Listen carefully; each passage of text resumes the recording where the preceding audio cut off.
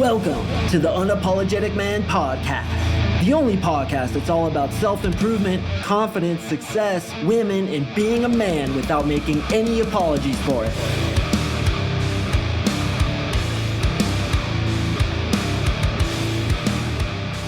What is up, gentlemen? Thank you for tuning in to another episode of the UMP, and today I'm going to share with you one of my best NLP processes to give yourself some self-love, to give yourself some compassion for yourself, some forgiveness for yourself, and to radically increase your confidence.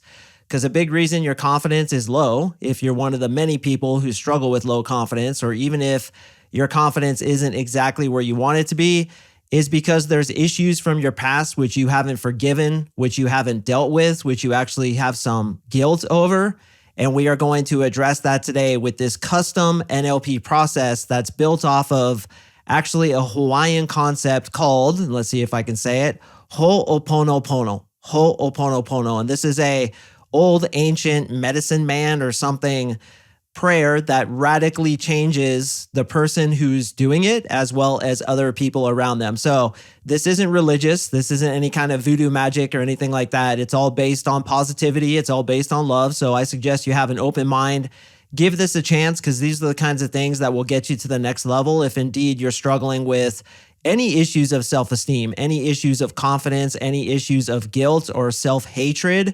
This is a really gigantic step towards clearing that out. Now, as a lot of you guys know, I'm an NLP dating coach. NLP stands for Neural Linguistic Programming. I use visualizations much like the one I'm going to share with you today, but this is in conjunction with the Hawaiian prayer that has had such amazing efficacy for those who use it. So I've really created this, and I've created it off of many of the fundamental principles that I understand about NLP, and I've done this on myself, I've done this on clients, and it's really, really effective. You might want to get the tissues out, bro, because you might shed a tear or two out of your non-shooting eye, of course, out of your non-shooting eye, but this is a way to forgive yourself, and we're going to go deep into the subconscious to use this amazing technique to cure you. So first and foremost, I want to tell you about how this thing works and evidence as to the efficacy of this amazing prayer, this amazing protocol that has absolutely changed the lives of millions of people. So back in the 1900s, I don't know exactly what year it was, but there was this mental institution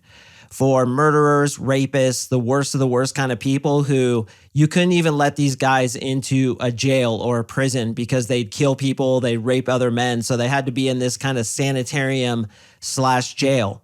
Well, all these psychiatrists came in, all these professionals came in, and they couldn't deal with these guys. Every single one of them quit. So the owners of this sanitarium were at a loss. They were like, how are we going to find somebody to take over for all these doctors who have quit? So they contacted this Hawaiian medicine man type dude, and they said, will you come work here? And he said, yes, I will, but I'm not going to do the traditional therapy that has been unsuccessful for you and your sanitarium for years. I'm going to do Ho'oponopono, which by the way is really hard to say. What's up with the Hawaiians when naming things like the longest names ever, right? Their state fish is called Humu Humu Nuku Nuku Wapua'a. Literally, dude, Humu Humu Nuku Nuku Wapua'a. That's their fucking state fish. I learned that because I lived in Hawaii for 3 years, and it used to be part of a song that they sang on the cruise ship that I worked on. I was a Japanese translator, but that's a whole other story. So anyway, this dude comes in and he says, listen, I'm going to do this ancient Hawaiian prayer, and I'm going to see if it works. And that's what I'm going to do. So if you want to hire me, you can. If not, I totally understand. And they said, that's fine. You know, we're at a loss. Nothing else has worked. So do your thing, man. Give it a try. So the way it works is this, is basically you say 4 statements, okay? And when you say these 4 statements, you're not trying to heal the person who you're praying for. You're trying to heal yourself. Okay, so this is a really strange concept that at first blush, you'd be like, how in the hell does this work?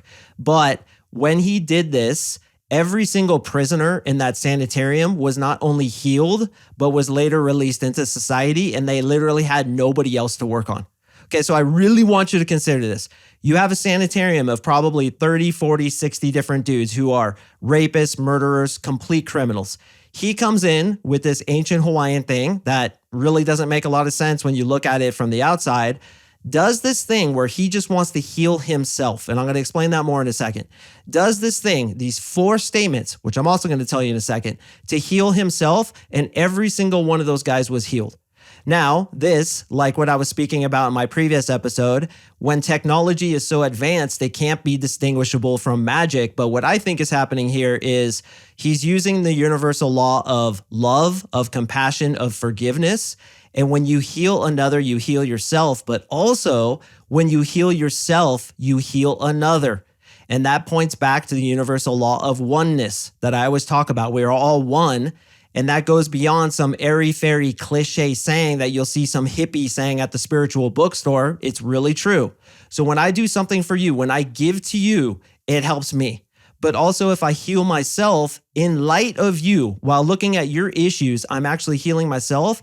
It both heals me and it heals you. That's why it said, you are in the room to heal the room. And that's an ancient spiritual saying, which means the reason we're here is to first be lost and then be found. And part of being found means healing, not only ourselves, but healing others. So in today's meditation, and yes, it is a meditation, we are going to heal ourselves. And we are actually going to do it completely for ourselves because I know when you heal you, you're going to heal others, perhaps even me. And I want to tell you this too. When I get an application from an applicant, I actually do this entire sequence that I'm going to teach you today to try to heal him. Even if we don't work together, I'm a very compassionate, loving dude. I want to help you guys. I genuinely want to help you guys. You listening, I want nothing more than to help you, brother. And I mean that with utmost sincerity. When people apply to my program, I do this exact thing I'm going to tell you.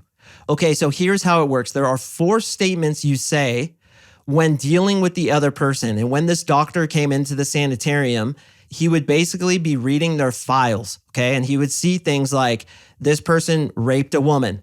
This guy killed a guy by shooting him 3 times in the head.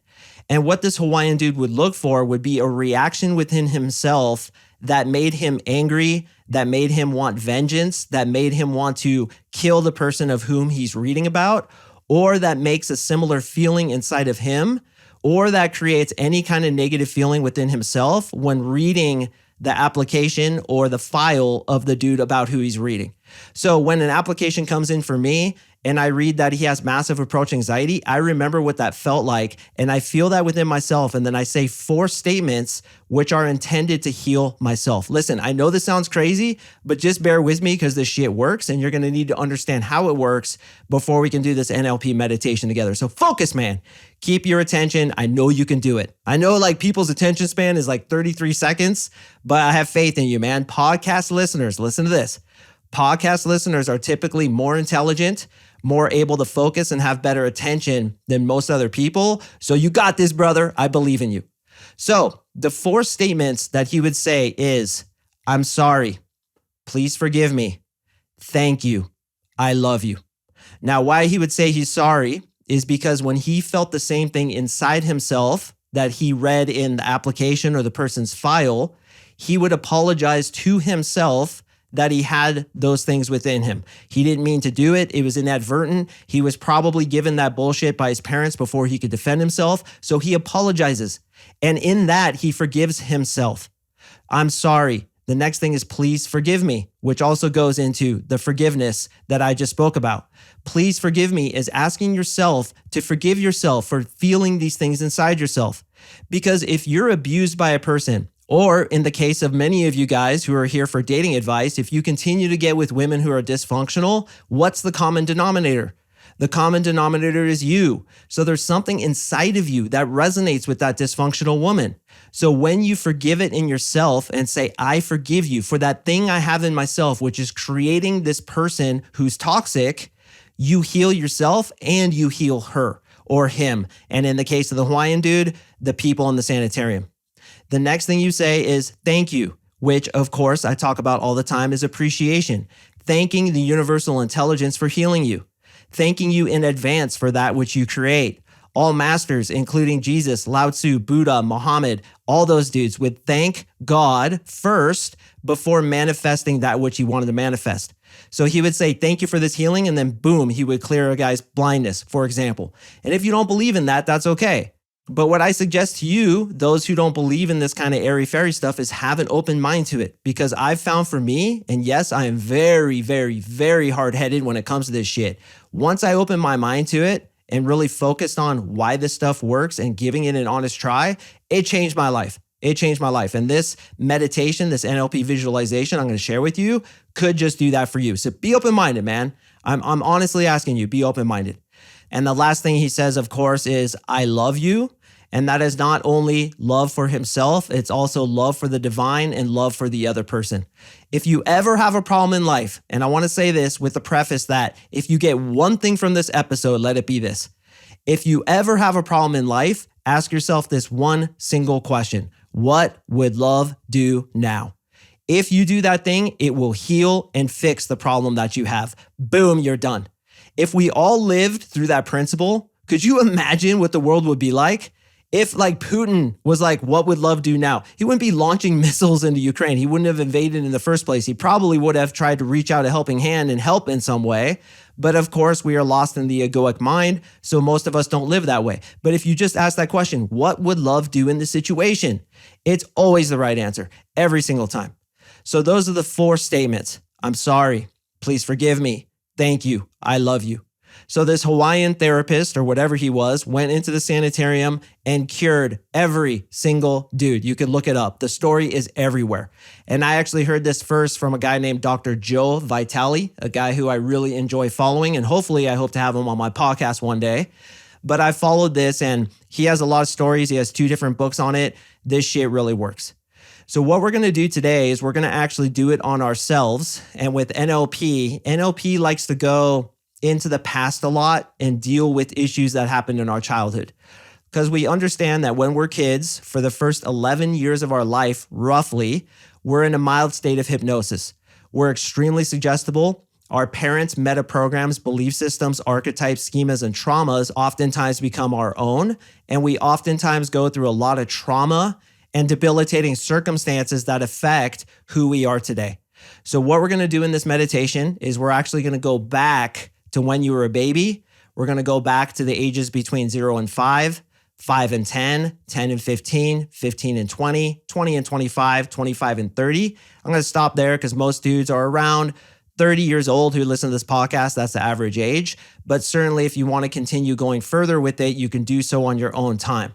But basically what I'm going to have you do is I'm going to have you sitting in a chair, and I do not obviously suggest you do this while driving, operating heavy machinery, or flying a jet. That's a nod to my new client. You know who you are, brother. So I don't want you doing this while doing something like that, but instead, obviously do it when you have time to close your eyes and get into this meditation. All right, so Liam, please cue the music. All right, so we're going to begin this meditation by focusing on the bottom of our feet. There you go. Just bring your attention down to the bottom of your feet and feel the sensation of your feet either on the ground, folded underneath you, perhaps you're laying in bed, wherever you are. Just feel that the bottom of your feet are there, and maybe you'll even feel a slight tingling sensation in your feet.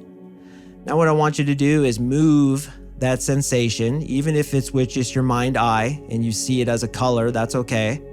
Move it up to your ankles, then move it up to your knees, move it up into your pelvis, now up into your belly button, and let's go to your heart. And I want you to take a moment and thank your heart because it works every day, pumping your blood, keeping you alive.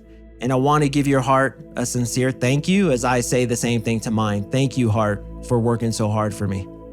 Now, as you're sitting in that chair or perhaps laying in your bed or wherever you happen to be, I want you to actually step outside yourself. Pretend that the soul part of you is leaving your body, walking about 6 feet away, turning around, and now look at yourself from that third-party perspective. So pretend that you are the soul that is actually looking back at yourself right now. Look back at yourself and kind of see what you're wearing, see how you're sitting or laying down.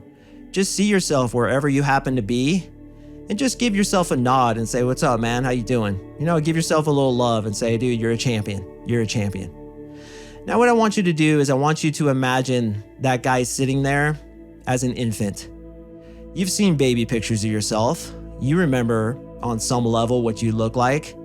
So make yourself right there as an infant. Whether you're laying in bed, sitting in the chair, the infant could be all bundled up, sitting on the chair on his side, but that's you, brother. That's you right there. And that infant is about to go through a lot, isn't he? He's about to go through a lot of traumas, a lot of heartache. He's got a war ahead of him. And make no mistake, that's the purpose of life. There is a reason for this, and I can assure you it is a benevolent reason. But he's about to go to war. And I want to give that baby some of your compassion. Give him some of your love. So we're going to say now 4 statements to that baby.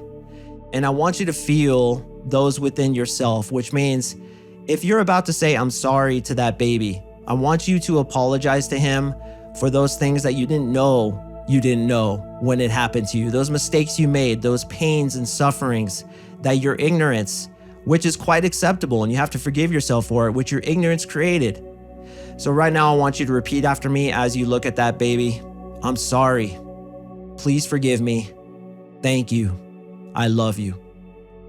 Now what I want you to do is imagine that that baby is starting to grow up, and somewhere between the ages of 0 and 5, something happened to you, something negative. Now you might not remember what it was, but you know it was something, even hitting your hand with a hammer, or getting knocked over by your brother, or disappointing your mom, her getting really annoyed at you and yelling at you, or something happened.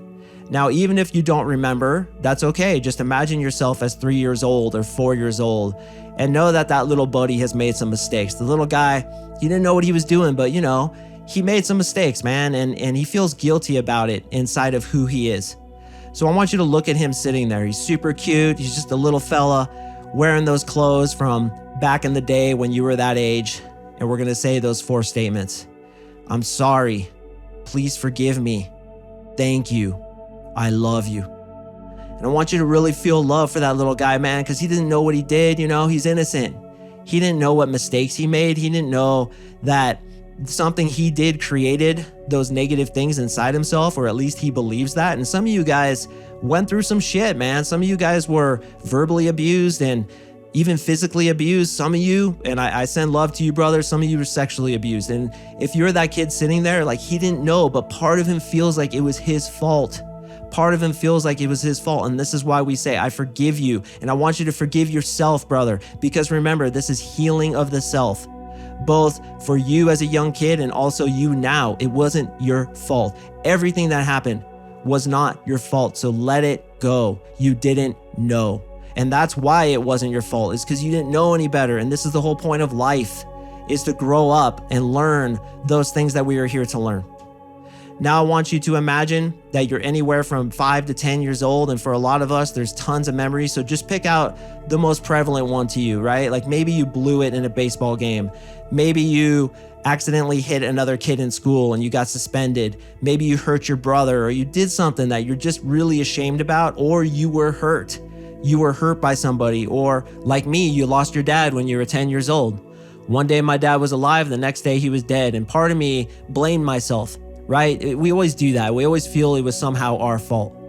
So I want you to see that kid sitting there in front of you, so innocent, didn't know what he did wrong, but feels guilty for it. Feels like in some way it was his fault. And again, even if you can't think of a specific situation, just see yourself sitting there, okay? When you were anywhere from 5 to 10 years old. I'm going to do it when I was 10.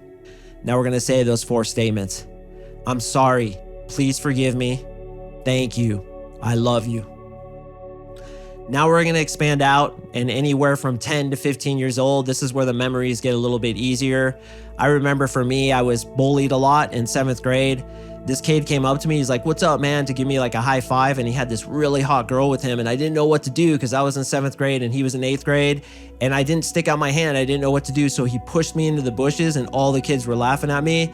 And that hurt bad, man. That hurt bad. And I feel partially responsible for that. I feel partially responsible for everything that happened. And I'm going to forgive myself right now along with you. So pick a time between 10 to 15. And even if you can't, just imagine yourself in 7th, 8th, 9th grade, 6th grade, even wherever you were, and see that kid sitting there right in front of you. Look at what he's wearing.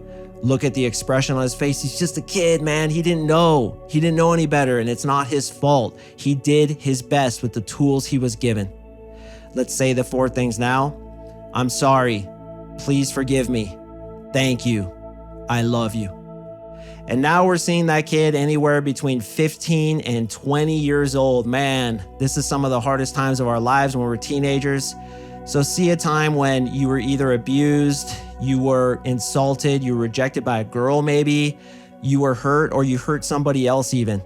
And see that kid sitting there. For me, it's just a skinny ass, nerdy looking, high pitched voice, pre-pubic loser in high school who was extremely unhappy, near suicidal. And I want to give that kid some compassion, and I want you to give yourself compassion now. Let's say the 4 things. I'm sorry. Please forgive me. Thank you. I love you. Now we're going to imagine ourselves from the age of 20 to 25. A lot of these pop into my head too, because I was still lost. And I personally feel you don't even become adult until you're in your mid 30s, maybe even 40s, but all through your 20s, you're still a kid. Your prefrontal cortex doesn't even stop developing until you're 25 years old. And I was the biggest douche canoe that ever walked this earth. I was a hater, super negative, super suicidal, insecure. I only wanted to bring other people down. And when I look at myself, sometimes I do judge myself, but I didn't know what I was doing. I was lost in my ego because that's what society teaches us to do. So I'm going to forgive that kid now and tell him I love him, which you're going to do to yourself right now too. I'm sorry. Please forgive me. Thank you. I love you. And now let's go to 25 to 30. Anywhere from 28 years old is when I had my panic attacks, which I spoke about recently. So I'm definitely going to do it at that time when I was living in Japan. But what about you, man? Can you picture yourself when you were that age? Did you make some mistake? Did you get rejected by a girl? Maybe you got your heart broken during this time, or you lost your first job, or you hurt somebody else, you stole from somebody maybe, or you screwed somebody over really badly, insulted somebody, even physically abused somebody. Who knows what you did? But the time now is to forgive yourself and to heal yourself. So let's say those 4 things. I'm sorry. Please forgive me. Thank you. I love you. Now let's just do one more for those of you who, of course, are younger than 30 to 35. That's okay. Just ride along. I have a few extra things I want to say, so don't click out just yet. 30 to 35, I can specifically remember that was the time I was living in Hawaii. And I want you to remember too where you were. See that guy sitting in front of you. All his intentions, all he wants to do is be happy. He just wants peace. So let's say those 4 things. I'm sorry. Please forgive me. Thank you. I love you.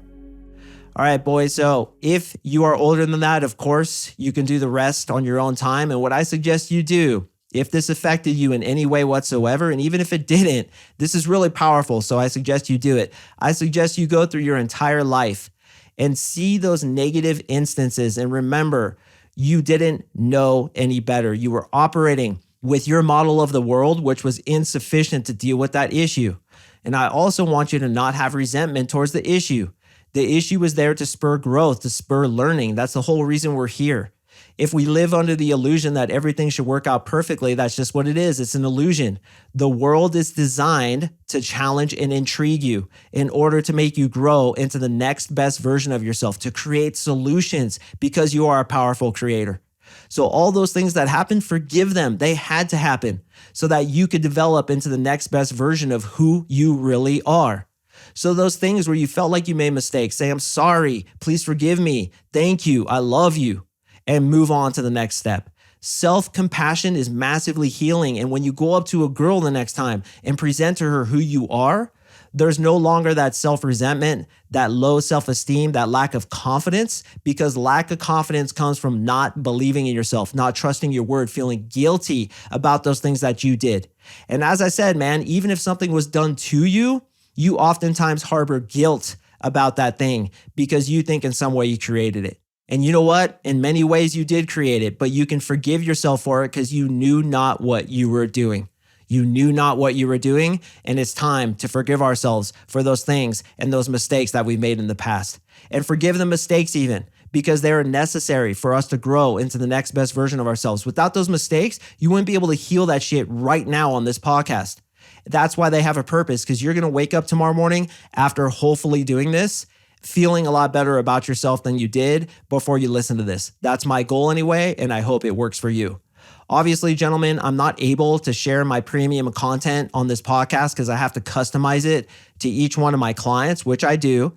But there are processes that deal specifically with trauma Things like being rejected by a girl, being verbally abused, having someone close to us die, being insulted by our friends, losing a game when you were a certain age, or anything else that you harbor guilt about, we can remove the severity of that trauma and move on from it in a healthy way where it doesn't affect us anymore. So that when we do things like try to get a girl, she can see in our body language that we fully accepted ourselves and that we fully love ourselves, which means she's going to be attracted to you. When dealing with money, if you have a belief system, I'm not enough, I'm not worth it, I'm not lovable, all that bullshit, it prevents abundance from coming to you because on some level, you still carry guilt about what happened in the past, which wasn't your fault consciously. It wasn't your fault consciously. So that process I just shared, Ho'oponopono, God, that's hard to say, is one of the ways that we can heal some of those things. And believe me, I have many more tools in my toolbox, all of which I give you if you join my program. I make a custom 3-month NLP protocol just for you. Now, I want to let you guys know that I do not do NLP separately from my dating program. My dating program is to get new women into your life, to become a master at attracting and seducing women over 3 months. And as of now, I only include that in my 3-month coaching program. However, I am going to make some individualized NLP protocols for things like premature ejaculation, erectile dysfunction, and some other things that might be able to benefit you. But the creme de la creme will always stay in my program. And this is why I have the reviews I do, bros, because this shit works.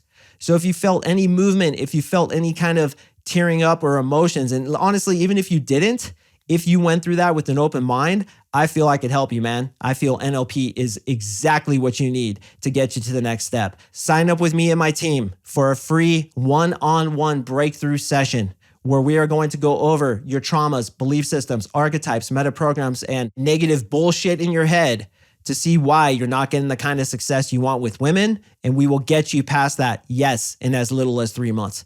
Go to my website, CoachMarkSing.com. Click on coaching, fill in the Jesus, slap in the biscuit, and you and I will get on that one-on-one call together. Gentlemen, I really do appreciate you listening. On a previous podcast, I accidentally said that I drop podcasts on Tuesdays and Thursdays. That is incorrect.